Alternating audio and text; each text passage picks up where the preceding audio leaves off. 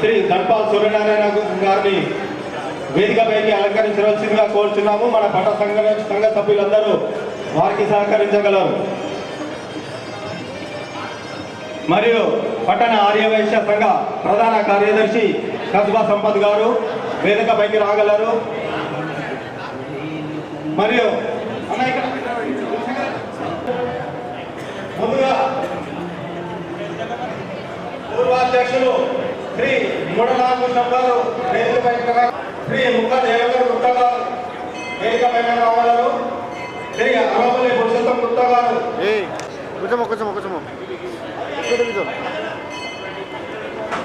రాజన కన్వై, శ్రీ వాసవి కన్యాక పరమేశ్వరి దేవాలయం కమిటీ అధ్యక్షులు శ్రీ పెండ్యాల శ్రీనివాస్ గారు,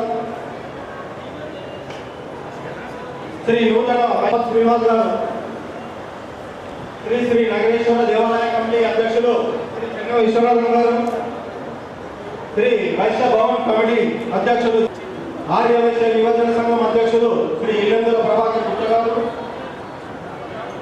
సంవత్సరం ఉగాది శుభాకాంక్షలు.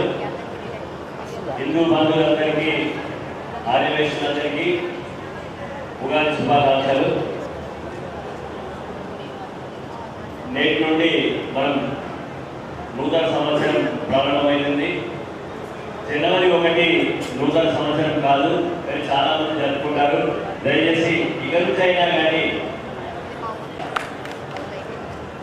వచ్చే నెల 9వ తారీఖు మేము ప్రమాణ స్వీకారం చేశాం. 2 సంవత్సరాల దాదాపు అవుతుంది. ఇంచుమించు మీరు మమ్మల్ని ఎన్నుకున్నారు. మీ అందరికీ ప్రత్యేక ధన్యవాదాలు తెలుపుకుంటూ, మేము వచ్చిందని చెప్పాము, ఖచ్చితంగా సమయానుకూలంగా ఖచ్చితంగా ఎలక్షన్ చేస్తామని. అయితే 9 తారీఖుల ముందు మేము ఒక నియమావళి తయారు చేశాం. మా సభ్యులు నియమావళి కన్వీనర్ అయిన మాంగళ విజయ్ గారు మరియు దేవర చంద్ర గారు నియమావళి తయారు చేయడం జరిగింది. అది కార్యవర్గం చేత అప్రూవ్ చేయడం జరిగింది. దీని విషయంలోనే ఏప్రిల్ 3వ తారీఖు సాయంత్రం 7:30 గంటలకు అనుబంధ సంస్థల మొత్తం కమిటీతో ఈ తీర్మానం ఏదైతే నియమావళి బుక్ ఉందో దాని విషయంలో చర్చించడం జరుగుతుంది. దయచేసి అనుబంధ సంస్థల అధ్యక్ష కార్యదర్శులు మరియు వారి కార్యవర్గంతో విచ్చేసి కార్యక్రమాన్ని విజయవంతం చేయాలని కోరుకుంటున్నాను. మరియు అదే రోజు జనరల్ బాడీ సమావేశం కూడా డిక్లేర్ చేయడం జరుగుతుంది.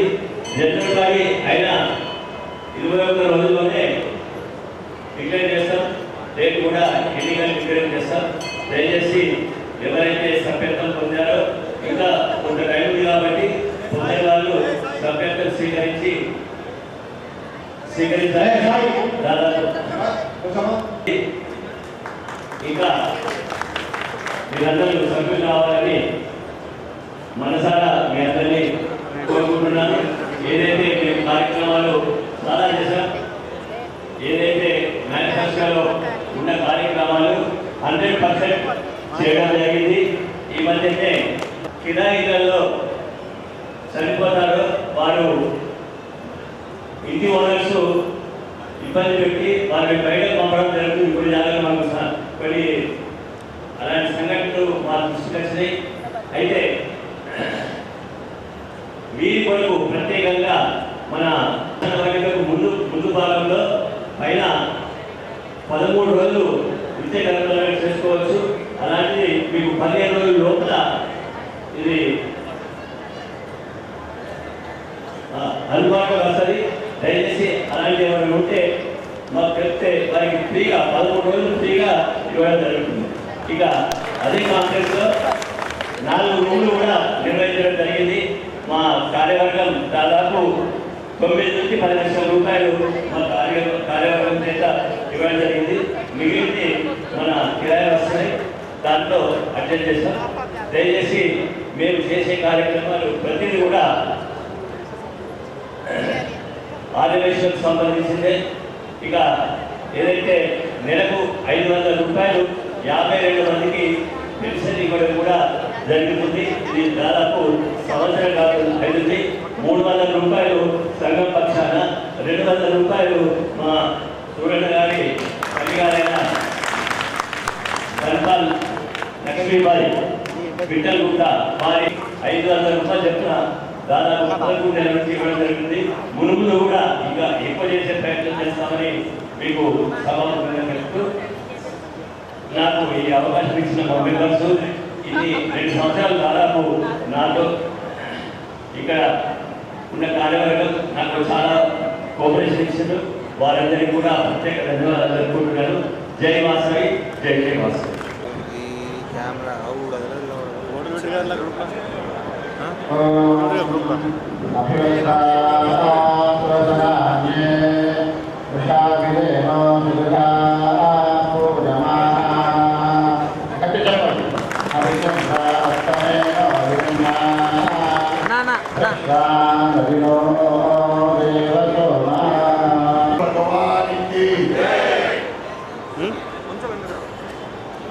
విశ్వావసు నామ సంవత్సర ఉగాది పంచాంగ శ్రవణం మొట్టమొదటగా గత 45-50 సంవత్సరాల నుండి శంకరయ్య పంతులు గారు, వారి తండ్రి గారు, నేను కూడా సుమారు మొదటి నుంచి కూడా ఈ పంచాంగ శ్రవణంలో పాల్గొంటా ఉన్నా.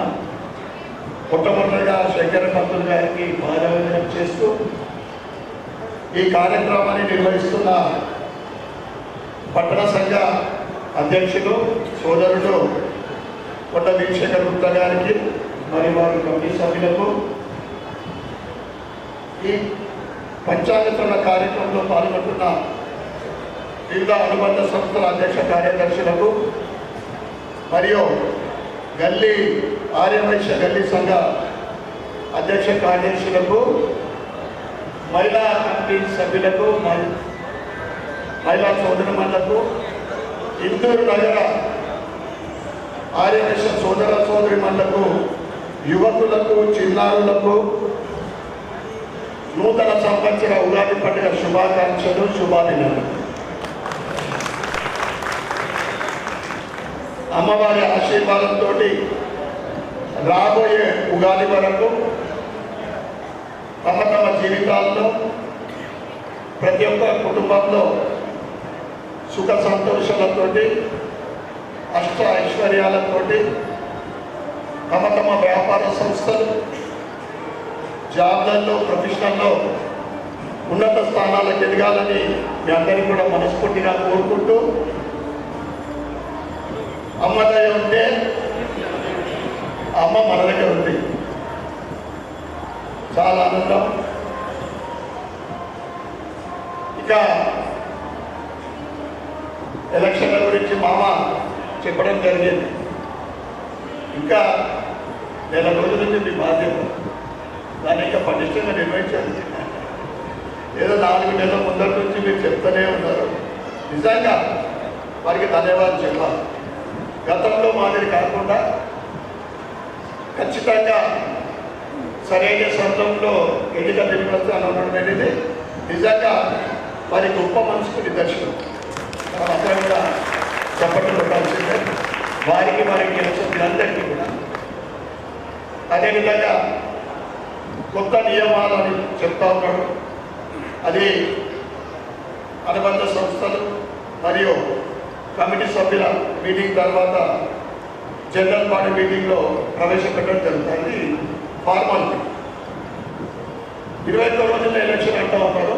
ఇప్పుడే ప్రకటించకుండా జనరల్ బాడీలో పెట్టిన తర్వాత ఇందూరు నగర ప్రజలందరి అంటే సూచనలు సలహాలు తీసుకొని మెజారిటీ ఎక్కడ ఏది సలహాలు ఇస్తారో దానికి పాటించాలని నేను కోరుతా ఉన్నాను.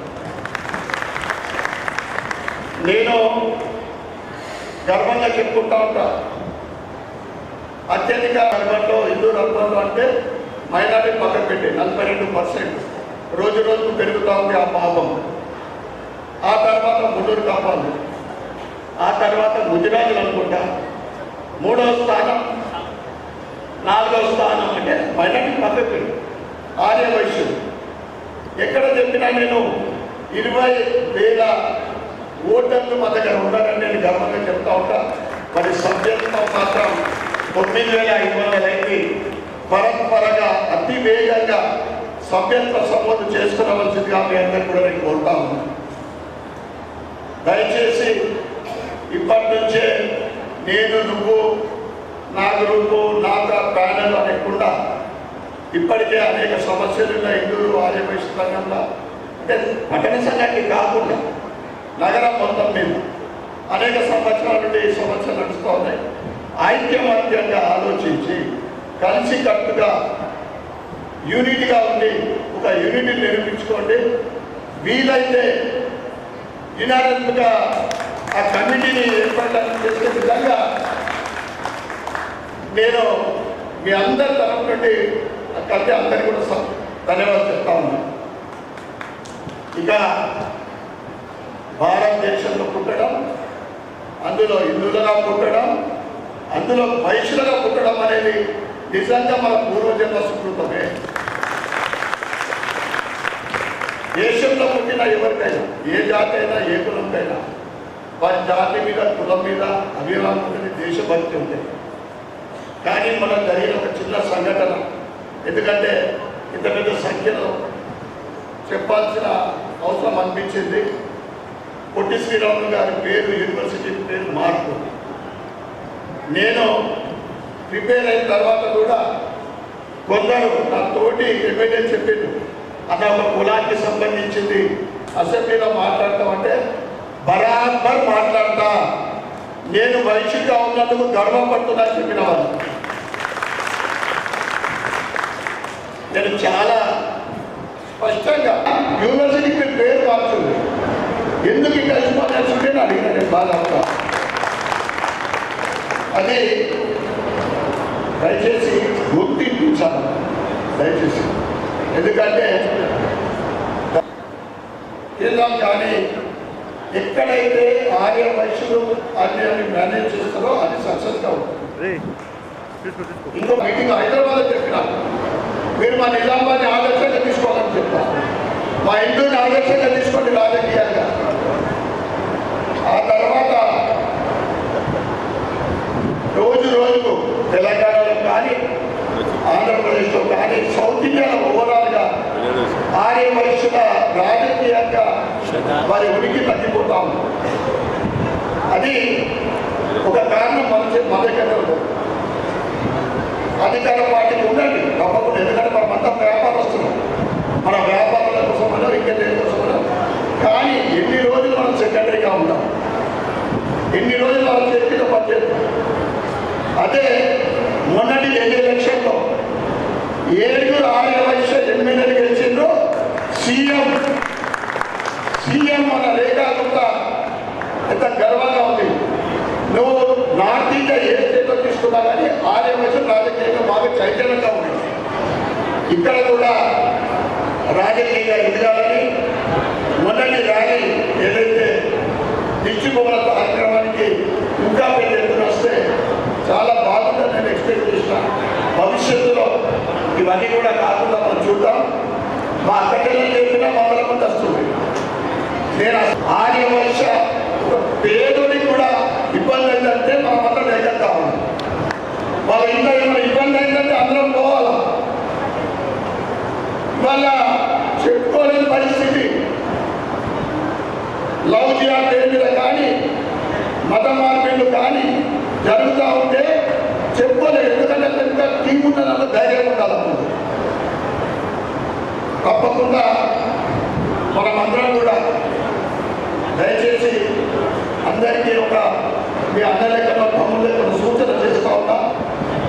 ఇటువంటి తప్పిదాలు జరగకుండా భవిష్యత్తులో ఉండాలని, ఐక్యమత్యంగా ఉండాలని పట్టణ సంఘం మరియు అనుబంధ సంస్థల ఎన్నికలు ఒక మంచి వాతావరణంలో కలిసికట్టుగా యూనిట్గా ఉండి జరుపుకోవాలని కోరుకుంటూ మరి ఒక్కసారి ఉగాది పండుగ శుభ సందర్భంగా ఆర్యవైశ్య నగర ఇందూరు నగర ఆర్యవైశ్య మరియు జిల్లా ఆర్యవైశ్య సోదర సోదరులందరికీ యువకులకు చిన్నారులకు పెద్ద మనుషులందరికీ కూడా శుభాకాంక్షలు శుభాభినందనలు. జై శ్రీరామ్.